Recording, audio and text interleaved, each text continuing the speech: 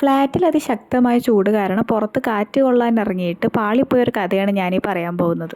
നമ്മൾ നിൽക്കുന്നിടത്ത് നിന്ന് ഏതാണ്ട് 10-18 കിലോമീറ്റർ പോയി കഴിഞ്ഞ് കഴിഞ്ഞാൽ ഗംഗയുടെ തീരത്തൂടെയുള്ള മറൈൻ ഡ്രൈവ് ആട്ടോ. അവിടെ പോയിട്ട് വല്ല കാറ്റും കിട്ടുമോ നോക്കാം. വണ്ടി ഒരിടത്ത് സൈഡാക്കിയിട്ട് നമുക്ക് നടക്കാം. പുറകോട്ടുള്ള ഈ തിരിഞ്ഞുനോട്ടം കണ്ടാൽ നിങ്ങൾ വിചാരിക്കും എന്ത് കെയറിങ് ആയ ഹസ്ബൻഡ് എന്ന്. ഒരിക്കലുമല്ല.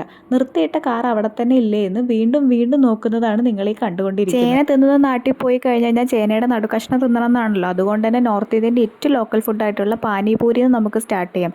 ഞാൻ ഈ സാധനത്തിന് ഇത്തിരി അഡിക്റ്റും കൂടെ ആട്ടോ. പക്ഷേ ഈ കഴിച്ചത് അത്ര പോരാ. എരിവും കൂടുതലായിരുന്നു, പുളിയും കൂടുതലായിരുന്നു. പാനിപൂരി സെറ്റ് തിന്നും കഴിഞ്ഞ് ഇറങ്ങിയപ്പോഴേക്കും പാത്തു തെറ്റിയിരിക്കുക കേട്ടോ. ആ ബലൂൺ ചേട്ടൻ്റെ കയ്യിൽ നിന്ന് ബലൂൺ കിട്ടാത്തതിനാണ് ഇപ്പോൾ ഈ തെറ്റൽ. ഇതുപോലത്തെ 2 വീട്ടിലിരിക്കുന്നത്. തൽക്കാലം എനിക്ക് ഇഷ്ടപ്പെട്ട ഒരു കീച്ചെയിനും കൊടുത്ത് ഞാൻ അവളെ മയക്കിയിട്ടുണ്ട്. തിന്ന പാനിപൂരിയുടെ എരിവ് മാറാനായിട്ട് നമ്മളൊരു വാഫിൾസ് വാങ്ങി കഴിച്ചായിരുന്നു. അത് ദഹിക്കാൻ വേണ്ടിയിട്ട് നമ്മളൊരു സ്പ്രൈറ്റും വാങ്ങി കുടിച്ചായിരുന്നു. കാറ്റ് കൊള്ളാൻ ഇറങ്ങിയ ഞങ്ങൾ പേരിന് പോലും ഒരു ഇല അനങ്ങുന്നത് കാണാത്തതുകൊണ്ട് തിരിച്ച് ഫ്ലാറ്റിലോട്ട് പോകുന്ന കാഴ്ചയാണ് ഈ കണ്ടുകൊണ്ടിരിക്കുന്നത്. സംഭവം വയർത്തൊലിച്ചൊരു വിധമായെങ്കിലും വയറ് ഹാപ്പിയാണല്ലോ എന്ന കാര്യത്തിൽ സമാധാനിക്കും. അപ്പം ശരി എന്നാൽ.